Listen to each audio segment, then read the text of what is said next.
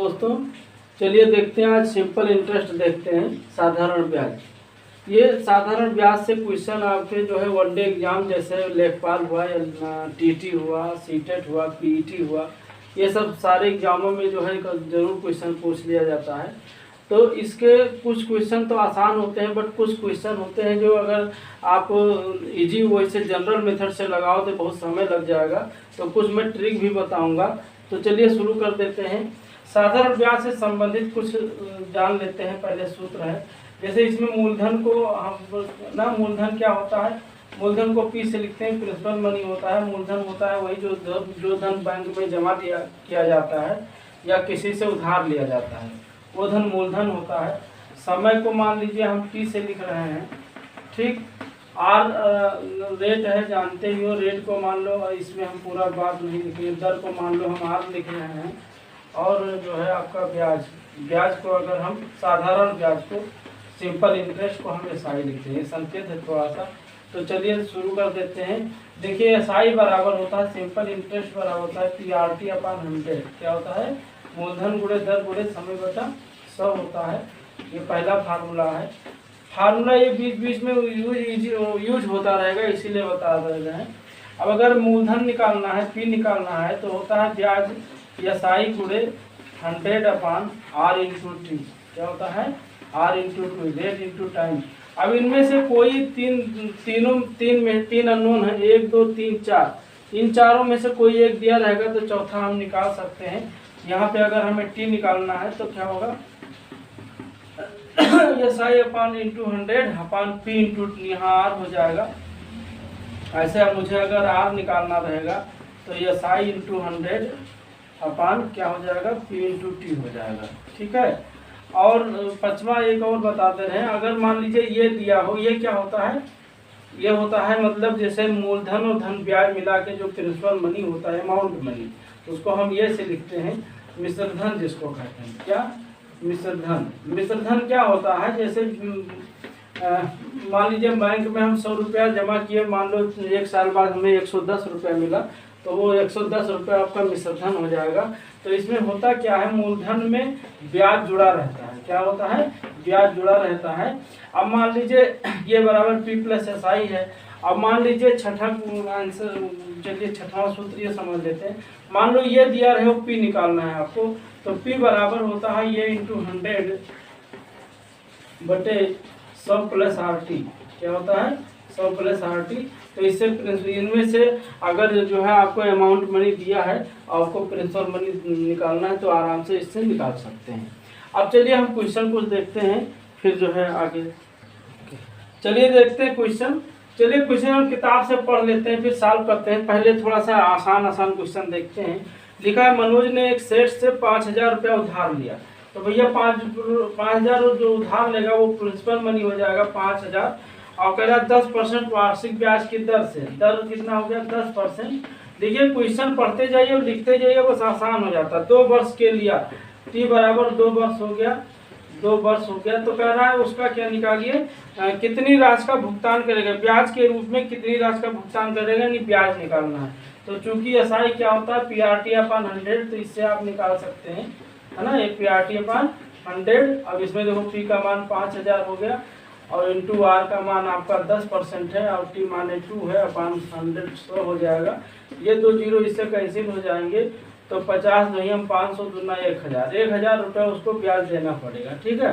तो ये पहला हो गया। चलिए दूसरा देखते हैं, पढ़ देते हैं क्वेश्चन।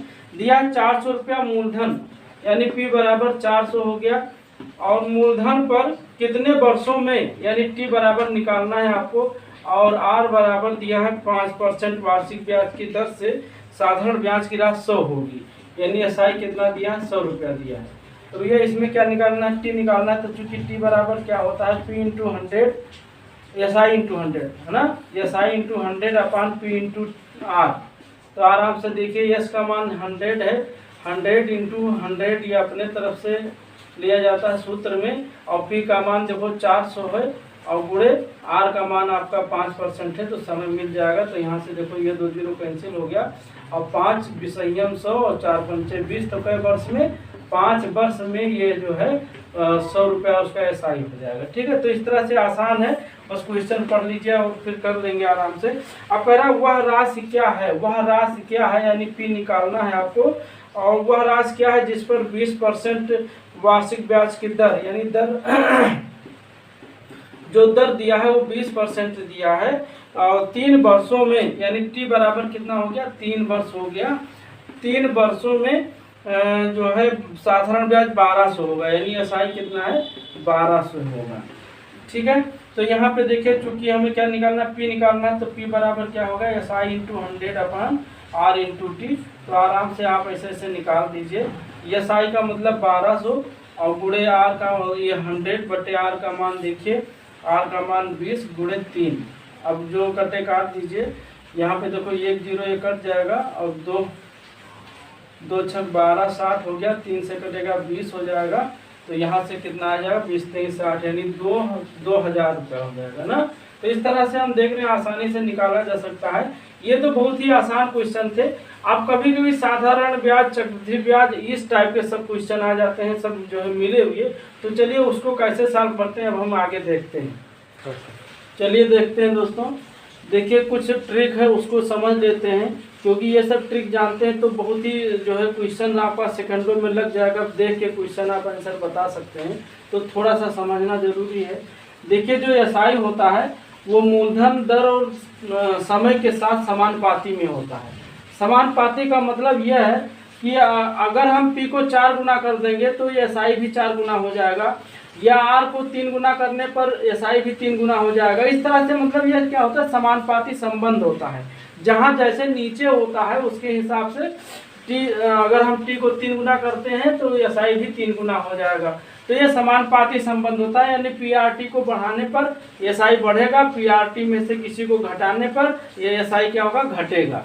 ठीक, दूसरा यह है कि जब केवल P को N से तथा X % से, देखो यानी मूलधन को अगर हम N से, N का मतलब जैसे 2 गुना 3 गुना 4 गुना, अगर हम मूलधन को N गुना या 4 गुना और X% से, जैसे 10% से घटाया दिया जाए, बढ़ा दिया जाए, यानी अगर हम मूलधन को दुगुना कर रहे हैं या 20% घटा दे रहे हैं या बढ़ा दे रहे हैं, जैसे करेंगे वैसे आपका SI क्या होगा। अगर हम इसको 4 गुना कर रहे हैं तो SI भी 4 गुना हो जाएगा, या हम मूलधन को 20% बढ़ा रहे हैं तो SI भी क्या होगा, 20% बढ़ जाएगा, या अगर हम मूलधन को 10% घटा रहे हैं तो SI भी क्या होगा, 10% घट के मिलेगा। ठीक है, तो इस तरह से हम देखें समानुपाती संबंध होता है। तो इसका मतलब यही हुआ, इसको समझिए जरूरी है, क्योंकि ये सब क्वेश्चन जानते हैं तो क्वेश्चन देख के आप आंसर बहुत से क्वेश्चन को ऐसे जल्दी से आप लगा सकते हैं। जैसे आ गया कि यदि मूलधन को 5 गुना कर दिया जाए तो साधारण ब्याज कितना गुना हो जाएगा, तो सीधे क्या हो जाएगा, 5 गुना हो जाएगा, सीधे बता सकते हैं। या ऐसे आ जाए कि यदि मूलधन को हम मान लो 20% बढ़ा दे रहे हैं तो मेरा SI कितना % बढ़ जाएगा, तो SI भी कितना % बढ़ जाएगा, 20% बढ़ जाएगा। तो जितना आप जो % मूलधन को घटाएंगे या बढ़ाएंगे उतना भी SI घटता बढ़ता रहेगा। चलिए देखते हैं, या जिसे जो लिखा हुआ P को दूना करने पर SI भी दूना हो जाएगा, या P को 20% बढ़ाने पर SI भी 20% बढ़ के मिलेगा। चलिए तीसरा पॉइंट है, थोड़ा सा ध्यान दीजिए। जब हम यहाँ ऊपर जो बता दिए हैं यही में एक मेन पॉइंट है। P को अगर हम N गुना, R को N गुना और T को P गुना कर दिया जाए, ये P का यहाँ P लिखा हुआ है तो इसको कुछ और मान लीजिए, MNS मान लीजिए, यस मान लीजिए, यस गुना कर दिया जाए तो क्या होगा, SI भी क्या होगा, MNS गुना हो जाएगा। यानी कहने का मतलब यह है कि जैसे मान लीजिए हम मूलधन को 4 गुना कर रहे हैं और रेट को हम 3/4 गुना कर रहे हैं, समय को 4/5 गुना कर रहे हैं, तो SI कितना गुना हो जाएगा, तो SI क्या हो जाएगा, M × N × P, यानी इसका गुणा, सबको गुणा कर देना है आपको, सबका गुना हो रहा है तो 4/5। तो देखो यहाँ पे 4 4 कैंसिल हो गया, 4 3 12/5 गुना हो जाएगा। ठीक है, 4/5 गुना हो जाएगा। तो इस तरह से देखिए, अगर इस टाइप पॉइंट क्या, बस ये पॉइंट याद रखना है, यही एक मेन पॉइंट है, और ये तो हम उसी के आधार पे बता दिए हैं। तो इसको थोड़ा सा याद रखेंगे तो आपके क्वेश्चन बहुत ही आसानी से हो जाएंगे। अब चलिए चलते हैं, कुछ और क्वेश्चन हम देखते हैं।